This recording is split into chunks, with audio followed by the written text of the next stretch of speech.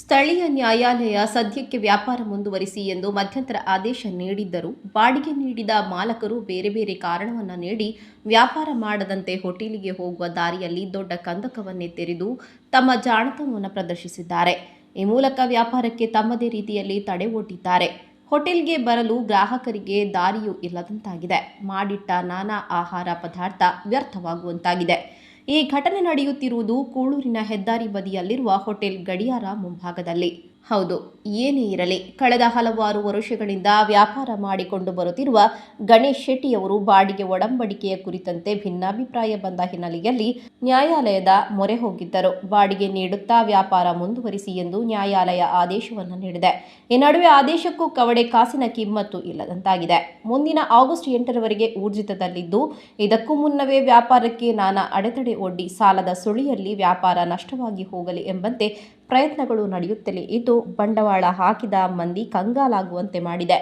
Hotel ವಿನ್ಯಾಸಕ್ಕೆ ಸಾವಿರಾರು ರೂಪಾಯಿ ಖರ್ಚು ಮಾಡಿರುವ ಗಣೇಶ್ ಶೆಟ್ಟಿಯವರು ಇದೀಗ ನಮ್ಮ ಠೇವಣಿ ಹಾಗೂ ಖರ್ಚು ವೆಚ್ಚ ಮಾಡಿರುವ ಹಣವನ್ನಾದರೂ ನೀಡಿ, ನಿಮ್ಮ ಬಾಡಿಗೆ ಕಟ್ಟಡವೂ ಬೇಡ, ಹಿಂಸೆಯೂ ಬೇಡ ಎಂದು ಹೇಳಿ ಹೋಗಲು ಸಿದ್ಧರಿದ್ದಾರೆ. ಆದರೆ ನಾನಾ ಸಬೂಬು ನೀಡಿ ಠೇವಣಿ ನೀಡಲು ನಿರಾಕರಿಸಲಾಗಿದೆ. ಇದೀಗ ಅತ್ತ ವ್ಯಾಪಾರವೂ ಇಲ್ಲ, ಇತ್ತ ಹಾಕಿದ ಬಂಡವಾಳವೂ ಇಲ್ಲ ಎಂಬ ಸಂಕಷ್ಟದಲ್ಲಿ ಗಣೇಶ್ ಶೆಟ್ಟಿಯವರು ಇದ್ದು ಏನು ಮಾಡುವುದು ಎಂದು ತೋಚದಂತಾಗಿದೆ ಎಂದು ಮಾಧ್ಯಮದೊಂದಿಗೆ ಅಳಲು ತೋಡಿಕೊಂಡರು. ನಮಗೆ ನಾವು ಖರ್ಚು ಮಾಡಿದ ದುಡ್ಡು ಮತ್ತು ನಮ್ಮ ಡೆಪಾಸಿಟ್ ಇಷ್ಟು ಕೊಟ್ಟರೆ ಸಾಕು. ನಾವು ಮೊನ್ನೆವರೆಗೆ ಇಲ್ಲಿ ಇದು ಮಾಡೋದು ಪೇ ಮಾಡೋದು ಎಲ್ಲ ಉಂಟು. ರೆಂಟ್ ಎಲ್ಲ ಉಂಟು ನಮ್ಮ ಹತ್ರ, ಎಲ್ಲ ಪ್ರೂಫ್ ಉಂಟು ನಮ್ಮ ಹತ್ರ. ಮತ್ತು ಅವರು ನೀರಿನ ಬಿಲ್ ಎಷ್ಟು ಬಾಕಿ ಇಟ್ಟಿದ್ದಾರೆ ಅದು ಎಲ್ಲ ಪ್ರೂಫ್ ನಮ್ಮ ಹತ್ರ ಉಂಟು. ಮತ್ತು ನಮ್ಮ ಲೈನಲ್ಲಿ ಅವರು ಬೇರೆಯವರಿಗೆ ಅಲ್ಲಿ ಚಿಕ್ಕ ಚಿಕ್ಕ ಗೂಡಂಗಡಿಯವರಿಗೆ ಎಲ್ಲ ಕನೆಕ್ಷನ್ ಕೊಟ್ಟಿದ್ದಾರೆ ಅವರು. ಅದಕ್ಕೆ ನಾನೇ ಕಟ್ಟಬೇಕು ಅಂತ ನಾನೇ ಹೇಗೆ ಕಟ್ಟೋದು ಹೇಳಿ ಸರ್? ಅವ್ರ ತಗೊಳ್ಬೇಕಲ್ಲ ಅವರು. ಎಲ್ಲ ನನ್ನ ತಲೆಗೆ ಹಾಕಿದರೆ ನನಗೆ ಅಷ್ಟು ಹೋಟ್ಲ್ ಲೈನಲ್ಲಿ ಅಷ್ಟು ಇನ್ಕಮ್ ಇಲ್ಲ. ಹೋಟ್ಲು ನಡೆಸಬೇಕಾದ್ರೆ ಆ ಕೊರೋನಾ ನಂತರ ತುಂಬ ಕಷ್ಟ ಉಂಟು.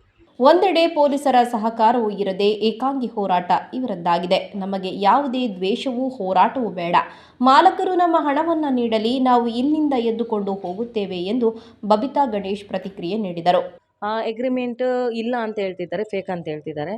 ಅದು ಫೇಕ್ ಅಂತ ಪ್ರೂವ್ ಆಗಲಿಲ್ಲ. ನಾವು ಬಿಡಬೇಕು ಅಂತೇಳಿ ಅವ್ರು ಹೇಳ್ತಾ ಇದ್ದಾರೆ. ನಮ್ಮದು ಅಗ್ರಿಮೆಂಟ್ ಇರುವವರೆಗೂ ನಾವು ಇರ್ತೀವಂತ ನಾವು ಹೇಳ್ತಾ ಇದ್ದೀವಿ. ಆದರೆ ಅವರು ನಾವು ಈಗ ಕೋರ್ಟಿಗೆ ಹಾಕಿದ್ದೀವಿ. ಇಂಜೆಕ್ಷನ್ ಆರ್ಡರ್ ನಮಗೆ ಸಿಕ್ಕಿದೆ.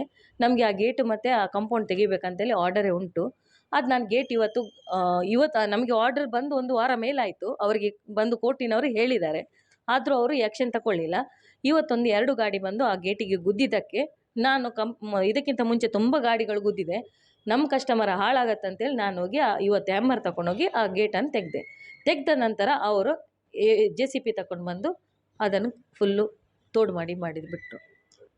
ನಾವು ಅವರು ಯಾವಾಗ ನಮಗೆ ದುಡ್ಡು ಕೊಡ್ತಾರೋ ಅಲ್ಲ, ನಾವು ಯಾವಾಗ ಬಿಡಬೇಕು ಅಂತ ನಮ್ಮ ಎಗ್ರಿಮೆಂಟ್ ಉಂಟೋ ಅದುವರೆಗೆ ಅದು ಫೇಕ್ ಆದರೆ ಪ್ರೂಫ್ ಮಾಡಿ ಅಂತ.